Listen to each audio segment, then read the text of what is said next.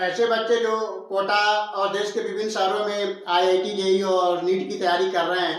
तो उनके लिए इस क्वेश्चन में आप देख पा रहे हैं यहाँ पर एक मैग्नेटिक फील्ड लिया गया है जो कि टाइम वायरिंग है और इस सर्कुलर रीजन में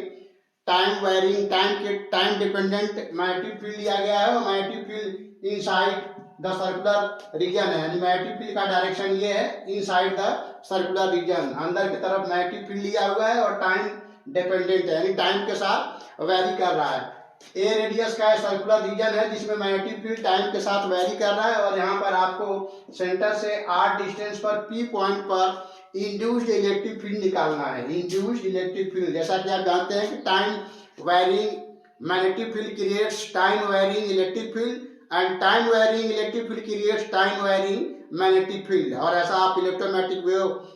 में पढ़ चुके होंगे। तो यहाँ पर सर्कुलर रीजन में मैग्नेटिक फील्ड अंदर की तरफ टाइम वायरिंग है और ए रेडियस का सर्कुलर रीजन है, इसके सेंटर से r डिस्टेंस पर पॉइंट p पर इंड्यूस्ड इलेक्ट्रिक फील्ड की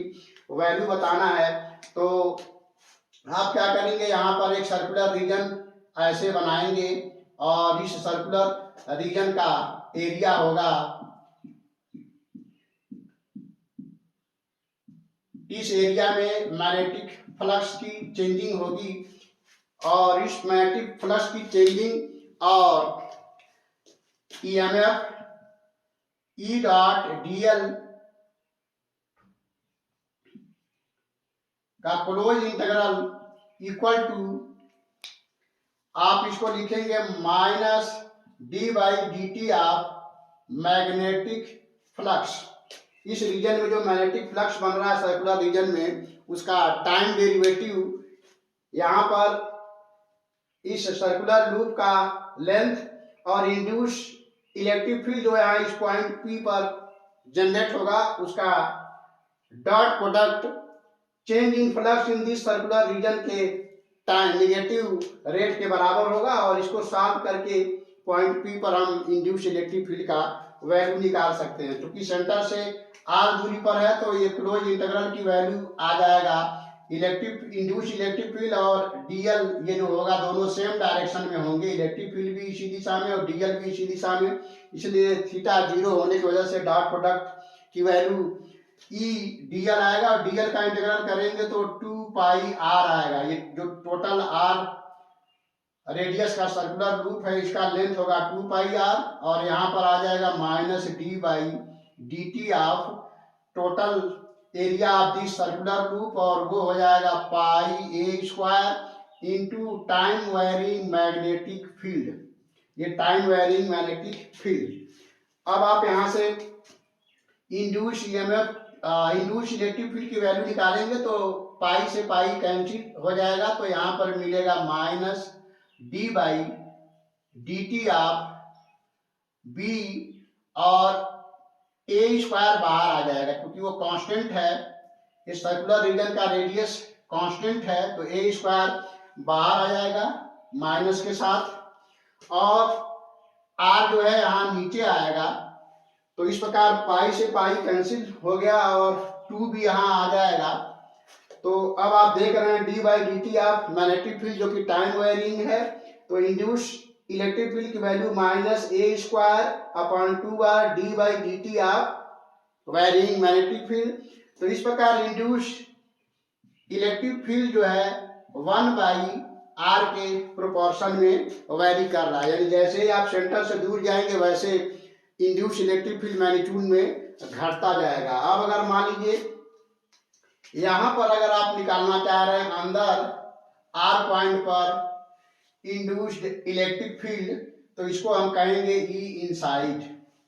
तो इसके करस्पॉन्डिंग फिर आप एक सर्कुलर लूप बनाएंगे और यहाँ पर आप इंड्यूस इलेक्ट्रिक फील्ड निकालने की कोशिश करेंगे। यहाँ आप देख पा रहे हैं कि ए से अधिक है, ये जो सेंटर से पॉइंट पी की दूरी है सर्कुलर रीजन का जो रेडियस ए है उससे ज्यादा है, तो बाहर induce electric field 1 by r के अनुसार वैरी कर रहा है। अब अगर आप यहाँ पे बनाने की कोशिश करेंगे तो यहाँ पर होगा ई इनसाइड 2 पाई आर और ये हो जाएगा minus D by D T of magnetic flux और ये हो जाएगा ई इनसाइड ई इनसाइड इंटू 2 पाई r, और यहाँ पर आएगा माइनस।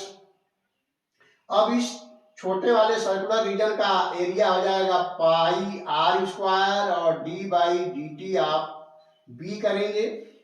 अब यहाँ r जो है लेस देन a है, इसलिए यहाँ भी इस लेंथ में 2 पाई r लेंगे और इस पूरे रीजन का ये वाला जो रीजन है इसका एरिया निकालेंगे तो उसमें भी पाई आर स्क्वायर लेंगे। तो पाई से पाई कैंसिल हो जाएगा, आर से आर कैंसिल हो जाएगा। इस प्रकार इंड्यूस ईएमएफ यहाँ पर आएगा -1/2r d by D T of magnetic field. तो अंदर आप देख पा रहे हैं जब r less than small a है तो अंदर इलेक्ट्रिक फील्ड जो है induced electric field inside this region proportional to r हो रहा है। तो इस प्रकार इलेक्ट्रिक फील्ड का वेरिएशन बाहर 1/r के अनुसार और अंदर वाले पॉइंट पर induced electric field proportional to r हो रहा है। और इसका अगर आप ग्राफ बनाने की कोशिश करेंगे इंड्यूस्ड इलेक्ट्रिक फील्ड का तो सेंटर से यहाँ इस पेरिफेरी तक लिनियरली वैरी कर रहा है और बाहर जो है इसके बाहर 1/r के अनुसार वैरी कर रहा है। तो इस तरह से वैरी करेगा इंड्यूस्ड इलेक्ट्रिक फील्ड और इस रीजन में भी इस तरह से वैरी करेगा। तो ये है इलेक्ट्रिक फील्ड का वेरिएशन r के साथ। तो इस तरह के क्वेश्चन अंदर आप देख पा रहे हैं प्रोपोर्शनल टू r है इलेक्ट्रिक फील्ड का वेरिएशन और बाहर 1/r के अनुसार और अंदर जो है प्रोपोर्शनल टू r इसलिए लिनियरली वैरी किया और बाहर 1/r के अनुसार वैरी कर रहा। तो इस तरह के क्वेश्चन जनरली IIT जेईई और नीट के एग्जाम में पूछे जाते हैं। तो हम समझते हैं क्वेश्चन आपको काफी अच्छे से समझ में आया होगा।